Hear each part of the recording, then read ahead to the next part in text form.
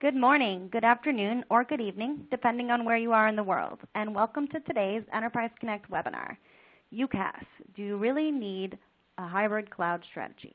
Brought to you by Enterprise Connect, 8x8, and UBM. I'm Michelle Burbick, Associate Editor at NoJitter, Program Coordinator for Enterprise Connect, and I'll be your moderator today. We have just a few announcements before we begin. This webinar is designed to be interactive between you and our presenters. We will ask for your feedback later in the presentation. You can participate in the Q&A session by asking questions at any time during the presentation. Just type your question into the Ask a Question text area below the media player. Then click the Submit button. We will answer as many questions as time permits at the end of the presentation. Slides will advance automatically throughout the event. You may also download a copy of the slides by clicking on the Download Slide button, which is located below the presentation window. At this time, we recommend that you disable your pop-up blockers. If you are experiencing any technical problems, please visit our webinar help guide by clicking on the Help link below the video window. In addition, you can contact our technical support helpline, which is also located in the webinar help guide. If slides are not advancing at any point, press your F5 key to refresh your console. Now on to the presentation. UCaaS, do you really need a hybrid cloud strategy? Discussing today's webinar will be Erwin Lazar, Vice President and Service Director at Nemertes Research, Jerry Howard, VP of IT at Irving Materials, and Angela York, Director of Marketing at 8x8. First, today we'll hear from Erwin, so I'll hand that off to you. Great. Thank you, Michelle, and welcome to today's webinar. I wanted to spend just a couple of minutes talking with you about some of the trends that we are seeing in the UC as a service market, UCaaS, and why it's becoming increasingly important for organizations to look at UC as a service as a means of improving agility, reducing cost, better aligning IT with the needs of the business. So I wanted to share with you some data points from our most recent research around unified communications as a service. We gather our data going out and talking to end user organizations through a variety of both interviews and surveys. And what we found this year really kind of blew us away in terms of the adoption rate of UC as a service. 40% of the companies that we recently surveyed and benchmarked in a study we did earlier this year are using UC as a service in one form or another. Either they're moving to a voice system that provides conferencing, web conferencing, other applications like video, or they're using standalone applications like video, web conferencing, et cetera. So at least 80% have one cloud-based app. For most organizations, it's still WebEx, or web conferencing, I should say.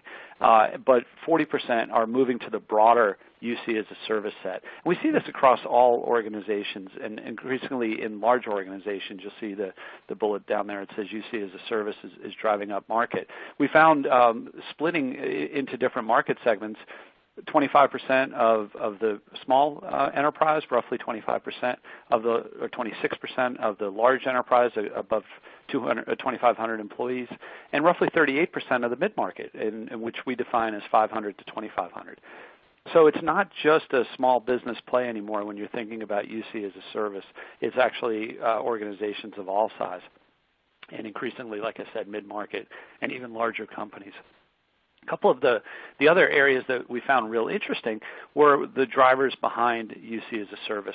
Cost reduction or perceived cost benefits is still the biggest factor. More than 40% cited that as their primary means toward moving to cloud.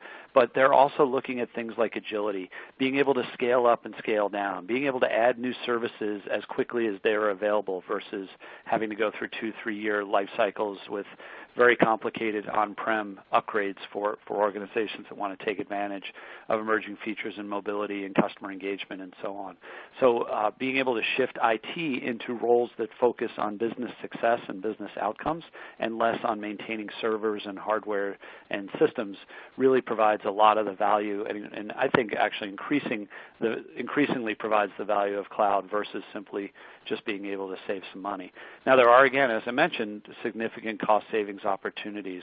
We see that roughly the organizations are saving money in not only CapEx, as they think about deployment of next generation applications, but also being able to reduce PSTN access charges, being able to reduce PSTN complexity, and especially those that go to a pure cloud model versus a hybrid cloud model, where now they're completely eliminating their internal PSTN infrastructure, PSTN access infrastructure, and pushing all of that into a UC as a service offering can see some significant potential for simplification. And all of that, again, ties us into that story of IT, where IT is being called upon to help drive things like digital transformation initiatives, being able to push organizations to take advantage of emerging technology, and the desire that we hear time and time again from the people that we interview and survey to gather our data from, to transform IT into trusted advisors and not providers of commodity service. And one of the key data points we published last year showed that those IT organizations where they're identified as trusted advisors and strategic partners tend to have a significantly higher IT budget than those organizations where IT is viewed as a commodity provider of shared services. So some really interesting points, I think, there, and again, I think it just tells that story of where the value of cloud is shifting. It's not just cloud for reducing costs, but it's cloud for significant measurable business benefits. So as we see organizations moving to cloud, we see the discussion point typically sitting around, do I do a hybrid model where maybe I use the cloud service for call control, but I still maintain PSTN connectivity? Maybe I only use the cloud service where I need it. So small branch offices might go onto cloud, where my larger facilities might stay on-prem. And there's pros and cons to each. Definitely in the hybrid model, you're faced with that integration challenge and potentially additional cost of managing local PSTN, managing on-prem platforms. You can't really just fully shed that responsibility for delivering a UC environment. And then often you deal with integration challenges, especially if you've got different vendors in the mix for some of those different communication and conferencing services. And the pure cloud model, it moves to one set of services. You're essentially just paying for individual user-based licensing, where you might have a couple of different tiers of licensing based on what you need, but you're just paying for the user, and you're getting an entire set of integrated, fully baked out services that you don't have to worry about. How do I make single click to call work? How do I integrate with my calendar? Or how do I join people into a conference without potentially having to have them jump to a different application if they want to share information or have a video call? Pure cloud models also allow you to leverage existing network resiliency. So if you've got highly resilient internet connectivity, you can potentially use that as your way of doing disaster recovery versus having to maintain local PSTN access, session border controllers, and so on site. We see a lot of interest in organizations revisiting their network as they move to cloud and embracing things like software-defined WAN as one alternative, as well as fabric services that allow direct connection between legacy MPLS-style WANs into cloud services. So a lot of interest in sort of revisiting, re-architecting the cloud away from that client-server model where all the traffic tends to flow to the data center to one where most of the traffic is now flowing out to the cloud. So with that, I'll turn it over to Angela York, and we'll hear a little bit more about 8x8 offerings. Thank you, Erwin. And just to kind of cap off on what Erwin is talking about, I think, as organizations, everyone is really starting to understand the benefits of unified communications. And kind of where the whole thought behind this webinar came about was at Enterprise Connect back in March. Previous years used to be the conversation was, should you move to unified communications? Should you move to UCaaS? Well, now the conversation has turned to more of when should you do it? How should you go about in doing it? And one of the interesting things that we were hearing a lot about were different methodologies of making the transition versus a hybrid model or 100% cloud communications. And that got us really to kind of thinking, what is a hybrid model? What are the benefits of doing either, which led to us putting together this webinar for you today. And so as we started thinking about this more, the hybrid kind of communications cloud model is really kind of a new term. So what exactly does that mean? As we talked about it here at 8x8, our engineers are even questioning what really is a hybrid model. So I thought we'd kind of just start off talking about that concept in general. And so from talking and working with many IT organizations who are either contemplating making the move or in the process of doing it, the first kind of hybrid model that comes across is the one that's represented in the graphic here on your screen. And it's the big, giant mess of all the different systems that are out there that make up your communication stack. And the second kind of hybrid is kind of really a new marketing approach that's being offered by some of the old on-prem vendors, where they're basically offering kind of a quote-unquote unified cloud and on-prem solution. And they're billing this as having the same advantages of cloud, that you get one throat to choke or one hand to shake. So a provider like Cisco is a great example of someone who is kind of offering this hybrid method. Now let's look at these two a little bit more closely. With the first type, the jumbled mess, this is what we really see in the market each and every day. You know, many of our customers actually look a lot like us here at 8x8. In the past 12 months, you know, we've done 2 acquisitions here, and both of those companies came with their own legacy phone system. So we faced the dilemma that a lot of organizations like you today probably are facing as well. We have these multiple systems they're located across the world. And so the first thing you want to do is to be able to integrate them, take advantage of all of their tools, and the cloud is one way to do that. But how do you go ahead and do that and unify your entire workforce? The other thing that plays strongly into this hybrid model is geography. So again, you know, looking at 8x8 as an example, we have a little over 1,000 employees that are spread across offices worldwide. You know, we have 2 offices in San Jose, 2 in London, we have 1 in Ellsbury, 1 in Romania, and we've got remote employees all over the world. On top of that, we have got contractors, some in Reno, Nevada, some in Florida, Fort Lauderdale, Florida, all across the world. And so when you put this into the mix, you see how jumbled and complex it really can get. And this hybrid, you know, with all these different types of systems and all these different vendors, it really becomes overwhelming for any IT professional. And when you add in the complexity of geography, it just intensifies the mix and the difficulty.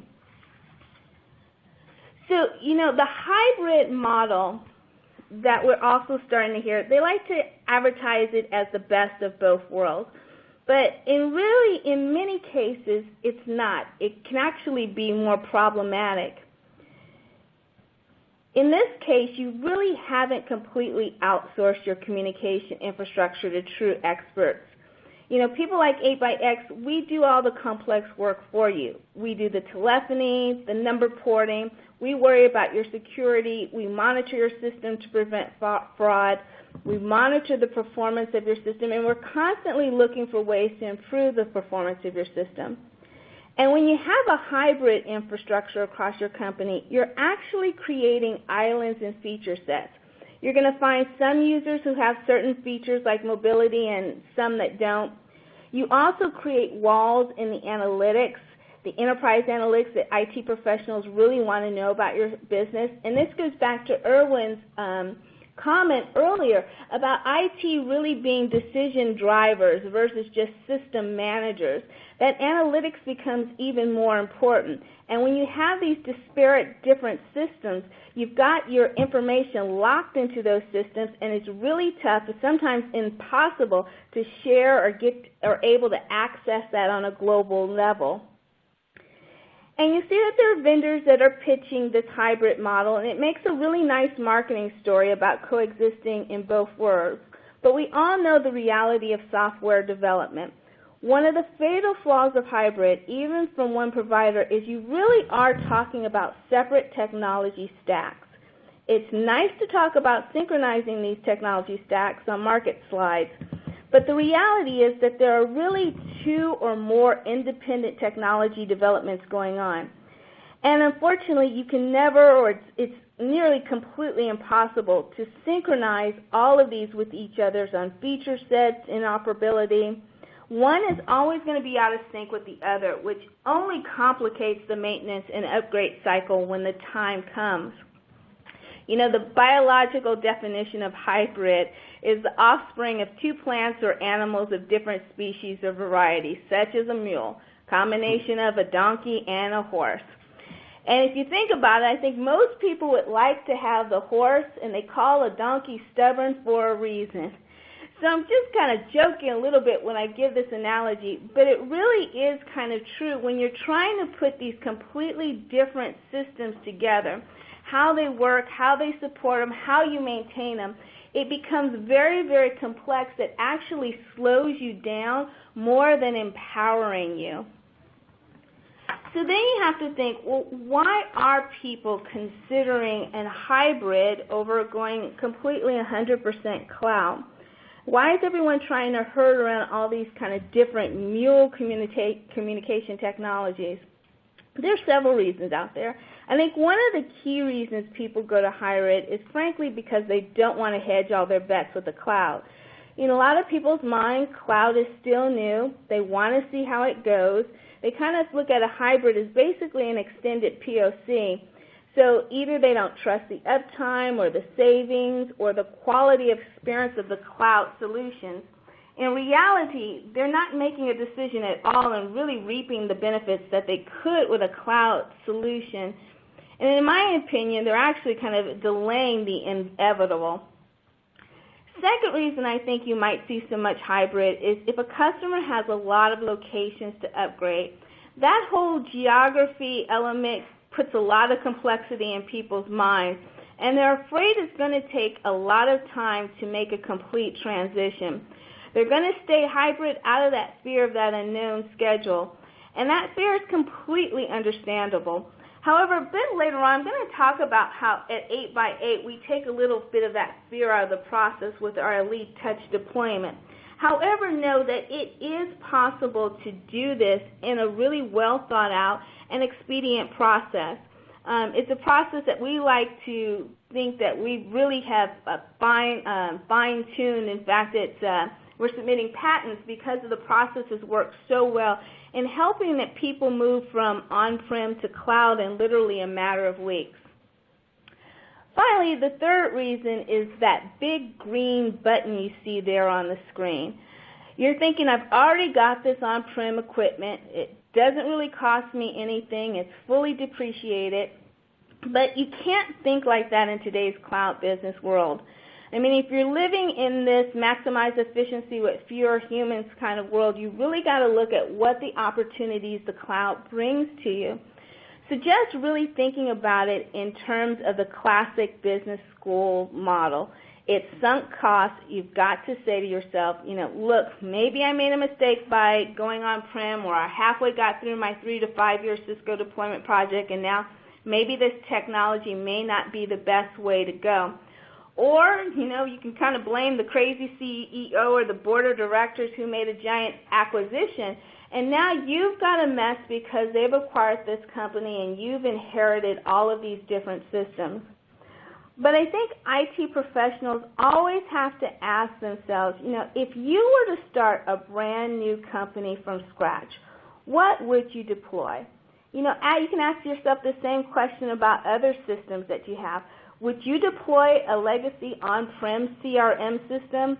Would you deploy paper expense reports and not use Concur or some other cloud expense options out there? And of course the answer is no. You're going to use a Salesforce.com or a NetSuite for your CRM. You're going to use Concur or one of their competitors for your cloud expense platform. And that same decision applies to any existing business system. And you have to remember that all of your startup competitors, they're going to be starting with 100% cloud. So you want to make sure you're on the same playing field with them. And you will see that there are industry reports out there. We've seen them quite a bit. And you'll also see reports from, hybrid-type vendors who will say the total cost of ownership, is higher with a cloud solution. They'll say, look, in the long run, cloud is always going to be more expensive than on-prem because you have to keep paying that fee each month.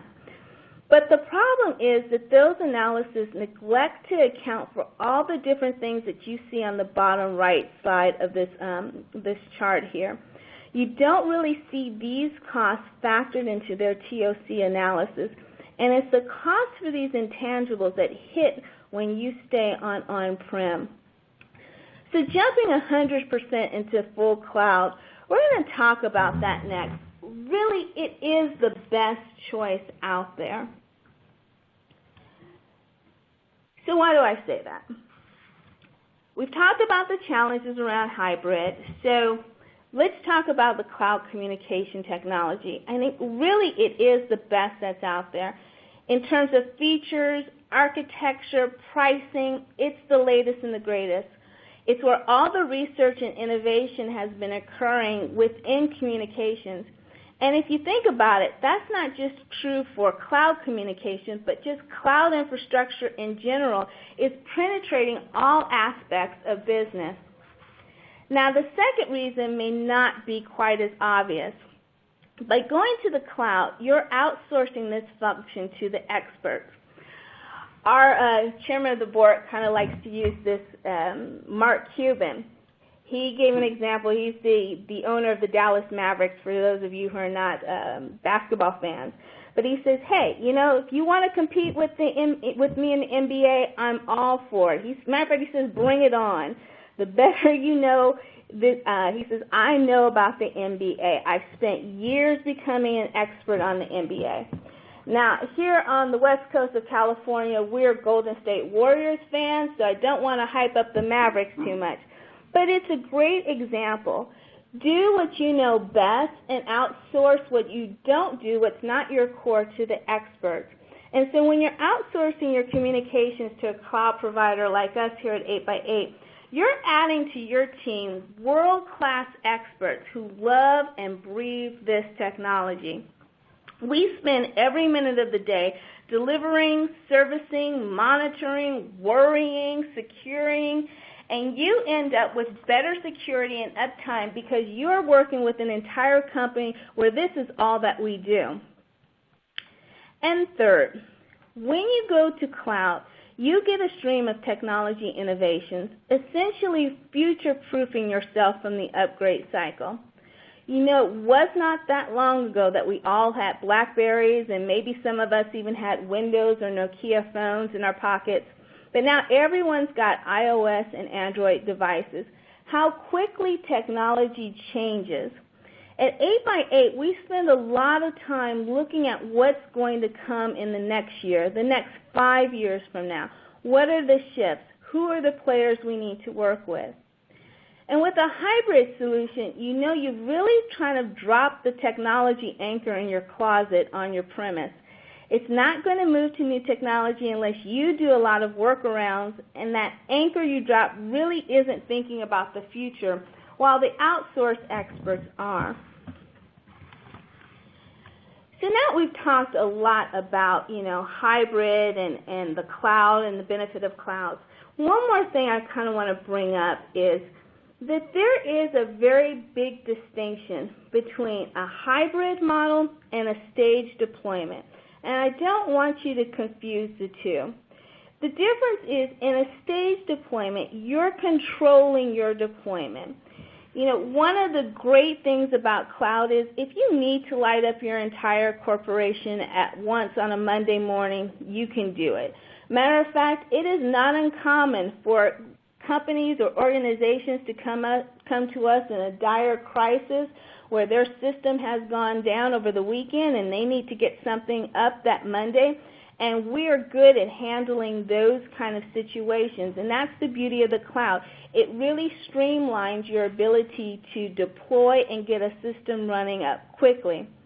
However, actually one of the really best practices, especially for larger enterprises, is really not doing it all at once, but starting with one location, one department. Could be a contact center, could be your conference rooms or just your IT team.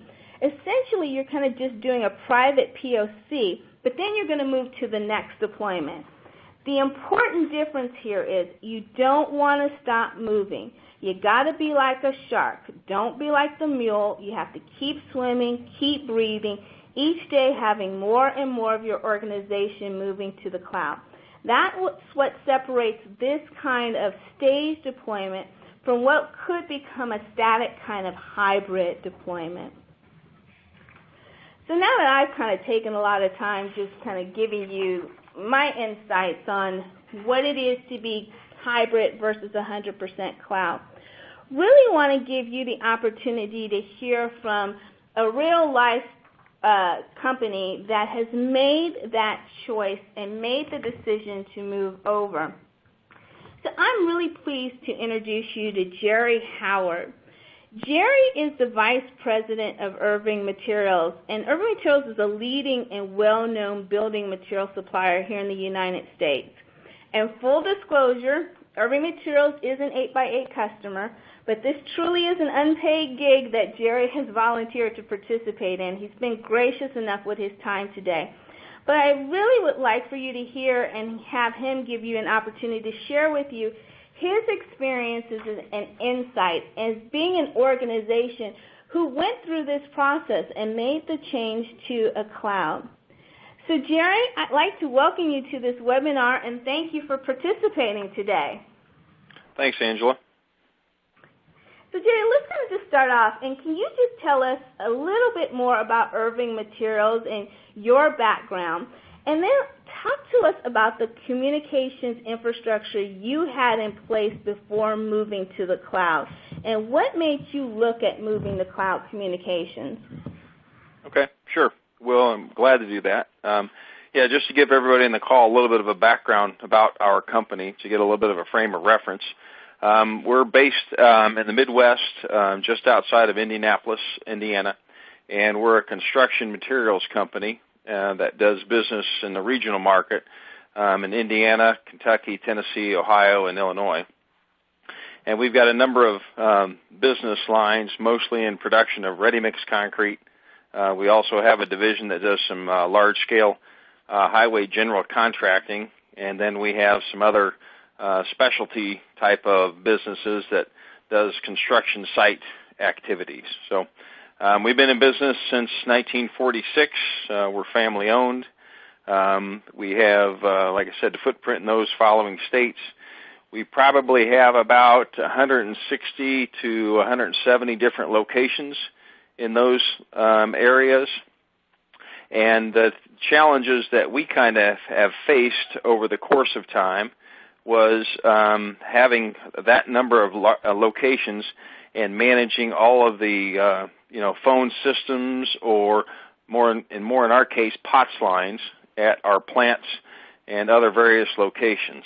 So that was kind of a challenge for us, and at a certain point we had looked at the voice over IP, and we had phone systems, not very many of the phone systems. Most of our locations are smaller and maybe have 1 to 5 people in it, so it wouldn't warrant a phone system. But we probably had anywhere from 15 to 20 of those locations that did have phone systems. So what we were looking for in our solution was something that could really unify our approach and eliminate the dependence on so many different mainstream phone providers, AT&T, Verizon's, Sprint's, places like that. But then we wanted to get away from the small-time players, the Rochester Telecoms, the Hancock Rules, and things like that. So that's kind of how we opened the door in terms of looking at a different solution for what we had in place. Great. So when you were going through this process, what was the factors that had you decide to go the cloud method, the total 100% cloud? Yeah, I know it was interesting to hear your discussions on the hybrid and just the way that we approached it. That was, and I don't know if it's just the way we approached it. It wasn't right or wrong, but we just never really looked at a hybrid quite as a solution. We looked at a off-premise based solution, and from my perspective, being responsible for all the technology, it helped immensely in a disaster recovery scenario. That was one of our major factors, is that probably the number one thing that you want to ensure you have the ability to do in a disaster is to be able to communicate. And as email and voice communications have become more predominant, those are important. So we knew that if there were any kind of problems at our headquarters or anywhere else, from a disaster standpoint, that wouldn't impede any of the kind of communications, voice communications that would go on. That was one significant factor. The other significant factor was the cost. And, that was something Irwin mentioned earlier, and that was a big motivating factor for us. On average, when we did our analysis, since this has been a while ago, we would spend about $50 per phone line, and we had a vast number of POTS lines, plain old telephone service lines, and we could reduce that significantly by leveraging the internet, which we had in existence already at all of our 160-plus locations. So this would really not add anything to the existing infrastructure, and in a sense it would simplify things and peel off layers that we really didn't felt provided any value to us. So, with 160 locations, I would just imagine, and I think it's what a lot of people's faces, that just sounds like a large project. How did you approach it? How did you approach, making the transition for all of those different locations? Did you do it all at once, or did you do it in stages?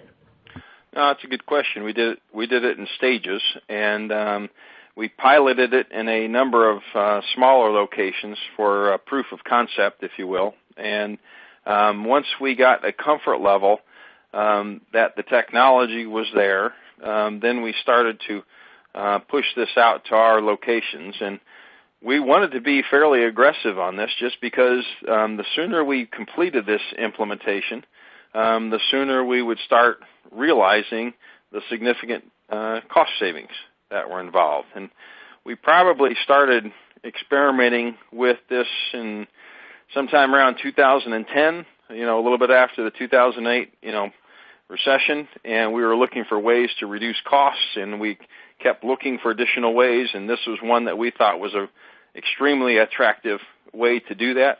And then by the time we started our proof of concept, from the time we started our first installation was probably somewhere around the April of 2012 timeframe. And then we've been continuing to roll these out probably every month. We pretty much completed the rollout quite some time ago, but we've gone through probably in the past year anywhere from 6 to 8 acquisitions. And anytime we go into an acquisition, we convert their phone system to an 8x8 solution. So can you kind of describe, what is the process or what it's like to deploy these? Like when you require an acquisition, acquire a new company, what is your process and how do you get them integrated quickly into your 8x8 system? Well, one of the first things we do, and this is something we've done probably only in the past 18 months or so, but one of the first things we do in an acquisition is we have to establish that they have a quality internet connection, and that's of vital importance. So we use some tools that 8x8 provides us to go ahead and quantify or qualify, I should say, the internet connection at a location. We found that if we have a defective internet connection, which we had in a number of locations, but we really didn't know it because voice puts a different kind of pressure on the internet than standard web browsing or Citrix traffic, which we use a lot of. So we have to qualify the internet connection first of all. Once the internet connection is qualified, then we begin the conversion process. Looking at handsets, how many of the handsets we need, or whether we look at the mobile app combination, and then we just try to migrate and provide some training to the users so they're familiar with the new handsets that are going to be put on their desks. Jerry, you've been in IT for over 30 years now. How would you compare, switching your communications infrastructure to the cloud to maybe some other kind of systems that you've done conversions in over the years? How did it compare in terms of, ease or issues that you had, simplicity, and did you have to hire outside consultants to be able to make this transition? We didn't hire outside consultants. We pretty much did this mostly in-house. We may have added a consultant to help deploy just because of the geography we're talking about. And early on, I'll be honest, it was a little bit tough. We thought we had our first location that we put this in was a plant that had a T1 installation in it. And we thought at that time we had a lot of DSL connections and some cable. And we thought, if we're going to try this, let's try it in a spot where we're pretty confident that the internet connection was solid. We installed the phones there, and then they were not having any internet problems ahead of time. But then we noticed that this kind of flushed out a dormant or latent internet problem there. And so that was something that was a little bit of a challenge, is that there was probably mistakenly thinking that, hey, you put the phones in here and now the internet is bad. Well, the internet's been bad all the time, you just didn't know about it. And the phones kind of brought that to the surface. So early on it was a little rugged, mostly because of our internet connections, but probably in the past year, in terms of our rollouts, they have been very, very smooth. Probably the biggest difficulty we have is getting some of the telecom companies to migrate their phone lines over. And that's a pretty highly unpredictable process that we just kind of have to work through. But all in all, we've done probably I think we have close to 800 phone lines converted as to date. And, probably, like I said, one of the first things we do when we do an acquisition is go in and remove the existing phones and convert them to this system. Great. Now, I know it's a lot of work, on the IT side to make these transitions, but, there's also kind of the end user side you have to look at, too. What has been the response to, your end users, your customers, when you've switched the technology on them? Well, our customers, a couple things this brings to the table that's, I get probably more specific to our industry, but were very important benefits for us. Number one is that when customers get called and placed on hold, we can start to use marketing materials. Whereas before, if they didn't have a phone system, if they just had a couple phone lines or whatever the case may be, you put them on hold and it's dead silence. So we can use that as a chance to market, which is a big benefit for us and we feel like our customers. And the other thing that is helpful for us is that this introduced cloud-based call recording. So at many of these 160-plus locations, we do order entry. So a customer may call in, request a shipment of concrete, and we have that all recorded in cloud-based format instead of having on-premise desktops and devices that we have to install and manage. So those were two significant benefits for us as well. From a customer standpoint, probably not as high as on the benefit scale. If someone does call into one plant and they need to be transferred to the other, this system provides a pretty easy way to do that as well. Great. So, for those people who are really trying to consider, going the hybrid model or going 100% cloud, what would you say to them? What advice would you give someone who's contemplating which direction to go? Well, I can only, base that on our experience, and our experience was that we pretty much looked at doing this 100% on the cloud from the get-go, and then we did that proof of concept, and if for some reason that concept wasn't going to work, then I would fall back to a different strategy. But for us, it worked, and we continued to move forward with it. And again, not having a, leg in both camps kind of makes it straightforward that, all of our communications are in, one location essentially.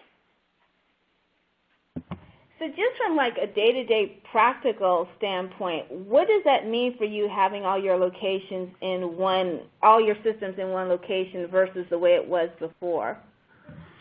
Well, it's a big help. I mean, it's the significant benefit, the intangible benefit. I mean, comes from the reduced number of vendors that we have to interact with. So, now we have one extremely large vendor, 8x8, and we do have some locations that we can't put the phones in place, some of the rural locations, but now we've reduced the number of people that we've had to interact with significantly, number of vendors that we've had to interact with significantly. So that's been a real big help from us from an IT perspective. Additionally, now all of our DR, planning for this is pretty much, off my shoulders and off the rest of my team's shoulders, because we don't really have to take into account for that. The 8x8 servers, the multiple servers that we have, we just don't have to worry about, the data source or fire protection or any other kind of DR activity that could, cause a problem for our phone communications. Well, thank you, Jerry. I'm sure the audience really appreciates, hearing from a real life experience what the process was like going through and what the benefits are. And for those of you who are on the webinar today, we're going to have a Q&A session here at the end, and Jerry has agreed to stick around for us to answer any of your questions. So if you have questions for Jerry, please feel free to go ahead and enter those in now. And while you're doing that, just want to kind of talk to you a little bit, just spend a few minutes talking to you a little bit more about 8x8's approach here, a little bit more of what Jerry had been talking to you about his system. And so with 8x8, we've developed a comprehensive platform of services for business communications that span voice, unified communications across mobile and desktop devices, web and video conferencing, and traditional contact centers, and all of this has an underlying analytics and infrastructure there. The important thing is we own all of this technology. We don't outsource any of it.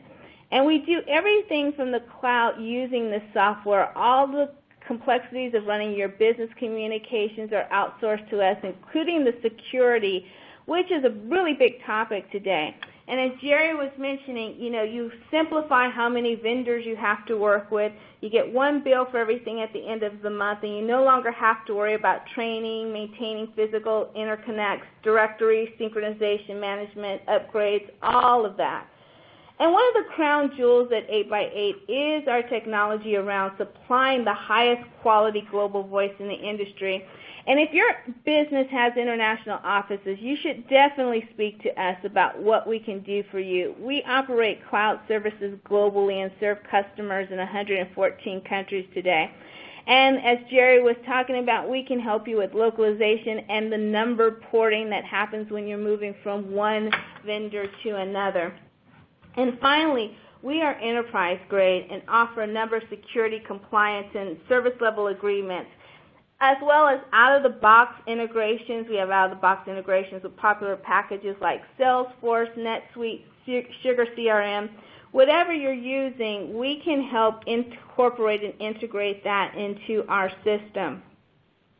And for larger deployments, and I mean those that are 100 to 1,000 seats and larger, depending on the customer's situation, I talked about earlier we've developed a very unique process called Elite Touch that takes a lot of the risk out of migrating any business from a legacy system to the cloud.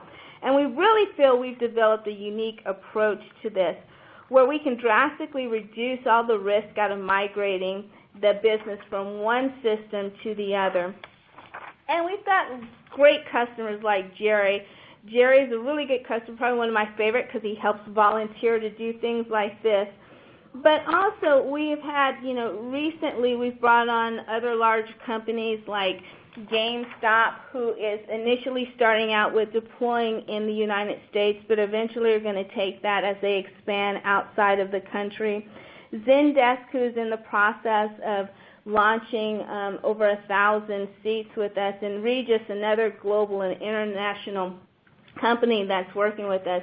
But if you'd like to see more information, if you go on 8x8.com, if you look at the top, there's a link that says case studies, and you'll see more information about other successful customers who've made the transition with us, as well as more information on Irving Materials that's on there.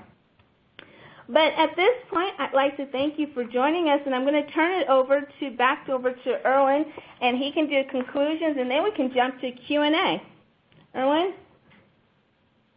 Excellent. And again, I appreciate the chance to wrap up. I thought this was really interesting, and Jerry, I think a lot of what you said echoed in some of the things that I talked about, the simplification, the ease of deployment, the potential for cost savings, the ability to generate new features, especially you talked about setting marketing materials out on hold. So it sounds like overall you had a really positive experience. And it's always good when I present the data first and then the real world people come in and talk afterwards, and what they say aligns with what I presented. So very refreshing to hear. So Angela, I'll turn it back to you and we can open up for Q&A. I can step in for the Q&A. As we begin with the Q&A portion, I just want to welcome you to please fill out the feedback form that should have opened up on your computer. To complete the form, please press the Submit Answer button at the bottom of the page. And now on to the question and answer portion of our event. As you've been reminded already, to participate in the Q&A, just type your question into the Ask a Question text area and click the Submit button. I'm going to jump into Q&A. All right, the first one I have is for Jerry. What did you have to do to your infrastructure to prepare for implementing the cloud solution? What equipment do you require on site? What about survivability? Well, the biggest thing that we did was not necessarily from an infrastructure standpoint at any of our larger locations. It was really, and I can't emphasize this enough, is probably qualifying the internet connection. Even if you think you have a good internet connection, 8x8 has some excellent tools that monitor it 24/7. So they can know that if 2 in the morning you get spikes or latency or packet loss or things like that. So that was probably the biggest thing that we had to do ahead of time. That when we first started deploying this, we didn't do this. And we found that we had a number of locations where the internet wasn't, suitable for voice communications, and we kind of paid the penalty for it. So now we've avoided all those by qualifying it ahead of time. From an infrastructure standpoint, other than that, that's really about the only change that we have made. One thing I didn't have a chance to mention earlier, that the internet is the internet, and unless you have dual connectivity points at all of your locations, you're going to experience some downtime. And even if you do have dual connection points, you could experience downtime anyway. So, and as I mentioned earlier, a number of our locations have customer-facing or order entry activities. So if the internet goes down, we could not afford to have our customers not be able to call us to either update their orders, request orders, or do something along those lines. So one of the capabilities that was vital to us is that we said, okay, the internet is going to go down at some point in time. When that happens, how can we still get phone calls from customers? And the system that 8x8 provides to us enables a failover scenario, so that, and we are a highly distributed workforce, as you may suspect, and a number of our plant operators have cell phones, and many of those are company provided. But so in the event that there's an internet outage at a location, then those calls are forwarded automatically to that cell phone. And so that really didn't change our infrastructure, but that enabled us to utilize existing capabilities without having to make significant modifications to our infrastructure. All right, thank you. I have the next question is for Erwin. Erwin, why do you think that UC cloud adoption is accelerating as quickly as it is? Yeah, I think overall the story we hear is that IT is under continued pressure to do more with less. That they're looking to take advantage of cloud, to take advantage of, or to align with digital transformation strategies, do some of the things that we heard about earlier in delivering new services and getting the IT people out of the business of having to manage what you can buy, more potentially at lower cost, as we heard earlier. So I think the services have matured. The global availability is not really an issue like it was as we looked at the UC as a service market a few years ago. The feature sets have gotten a lot better. The resiliency has gotten better. The costs have continued to come down. So I think overall those are many of the factors that we've heard. And I guess the last one is we heard a lot of concern over the last few years about security, and when you talk to organizations that said, well, we can't go to the cloud because we don't trust it, we're seeing a big change in those discussions. And in my most recent research study, I found that the perception is starting to change to where people think cloud is more secure than on-prem because of all the high-profile attacks of on-prem applications in different organizations we've seen in the news for the last few years now, and B, the fact that I can't keep up with the security budget demands that I would need to constantly prepare for the next threat, where an 8x8 and other cloud-based vendors, that's what they're doing. They are investing significant amounts in security. That's really interesting, actually. Taking notes as you're talking. My next question is for Jerry again. Someone would like to know, do you have QoS on the internet connections? And if not, how is the voice quality? That's a real good question, because initially when we thought, or when we had voice quality problems, we thought QoS was the answer. And QoS, at least with the type of firewalls that we had put in place, were somewhat helpful, but really QoS only really comes into play if there's a saturation point in your bandwidth. So it prioritized traffic, which we could prioritize voice traffic had we had overutilization situations. But by and large, almost all of our internet connectivity problems were not saturation problems. They were either the quality of the modem or the quality of the service, or the service would be good one day and not the next. So we tried QoS to begin with. We thought that was going to be a viable solution for us, but it really didn't deliver the kind of results that we were hoping for, mostly because it's a solution for a problem that we weren't having. It's a solution for a different problem. So I hope that helps, but that's a good question. We tried that route, and it just didn't help us out for those reasons. All right. The next question I have is for Angela. Angela, how can a cloud system help me when I am responsible for a global organization? What should I be looking for in a global cloud provider? Well, if I can just kind of piggyback off of what Jerry was saying about QoS, one of the things that our customers find is, they need to make sure their QoS settings are appropriate on their router. But it's also the advantage of being with 8x8. Because we own our own technology, we have a big insight into how our calls are being monitored. So we have a team, our NOC team, that's staffed 24 hours, 7 days a week, that are constantly looking at our service to optimize it, that moves traffic around, carriers when it needs to be. And so that really helps optimize our service quality and improves the QoS. As Jerry was saying, he wasn't having, challenges with that.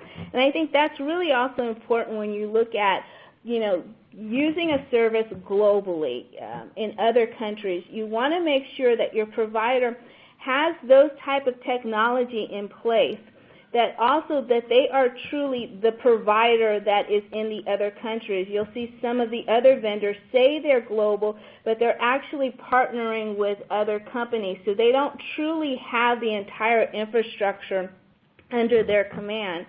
The other thing is, you'll hear a lot of conversation about people saying they have data centers all around the world, and that is important. We have data centers all over the world. We've got them in Asia, in Australia, in Europe, in North America. But that's only part of the story. The other part of the story, though, is how do they handle the traffic between those data centers?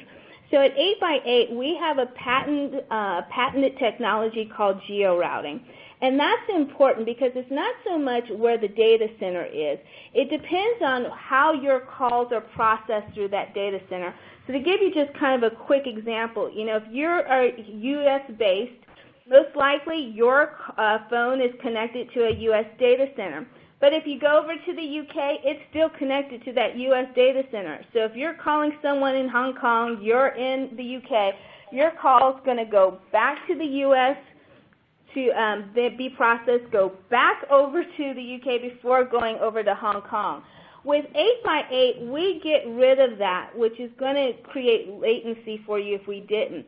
Our system is sophisticated enough to know that if you're in the UK, instead of sending you back to your home country, it's going to find that closest data center to where you are at that moment, process the call, and then send it to the closest data center of the person that you're calling. That eliminates latency. It eliminates call quality problems. So those are the important things that you need to look at besides, does someone have telephone numbers in that country? You need to look about how are they processing your phone calls. All right. Thank you. I have another question for Jerry. Jerry, what solution did you put in place for the rural sites that are unable to be on the 8x8 system? That's another good question. Unfortunately, we have done nothing with those rural locations. We've just kind of kept them the way they are, and then over the course of the past couple of years, we have had some of the rural locations be able to be available for a conversion. But we probably, I'd say we probably still have maybe about a dozen or so, and we just kind of leave them out there and hoping at some point in time we can convert them. So fortunately, we haven't done much with those, and hopefully someday we can. All right. Well, I think that we do actually have another question. I almost jumped the gun there. All right. So how do you size your internet connect for the cloud solution? What did you have to do to your infrastructure to prepare for implementing the cloud solutions from 8x8? I believe this one is for Jerry. Our infrastructure, we did very little to in terms of connection back to our main offices. This doesn't require, the 8x8 solution doesn't require a VPN, back to our offices. So, like I said, there's very little things that we had to do other than make sure our internet connection was suitable enough for the number of phone calls and the other activity that are going on at our plants. But for us, that was one of the nice things about it, was we just had to do very little relative to, replacing routers or, adding more virtual servers or anything like that. I mean, that wasn't even part of the equation at all. All right. Well, thank you. That pretty much takes us to the end of our time together. So I just want to invite you to check out some resource links to audience, and I want to thank everyone for attending today's webinar. It's called UCaaS, Do You Really Need a Hybrid Cloud Strategy? And it's brought to you by Enterprise Connect, 8x8, and UBM. So shortly after the live event, we will send all registrants, attendees, an email reminder to access this presentation on demand. This webinar is copyright 2016 by UBM. The presentation materials are owned by or copyrighted, if that is the case, by Enterprise Connect and 8x8, who are solely responsible for its content, and the individual speakers are solely responsible for their content and their opinions. So on behalf of our guests, Erwin Lazar, Vice President and Service Director at Nemerites Research, and Jerry Howard, VP of IT at Irving Materials, and Angela York, Director of Marketing at 8x8, I want to thank everyone for your time, and have a great afternoon.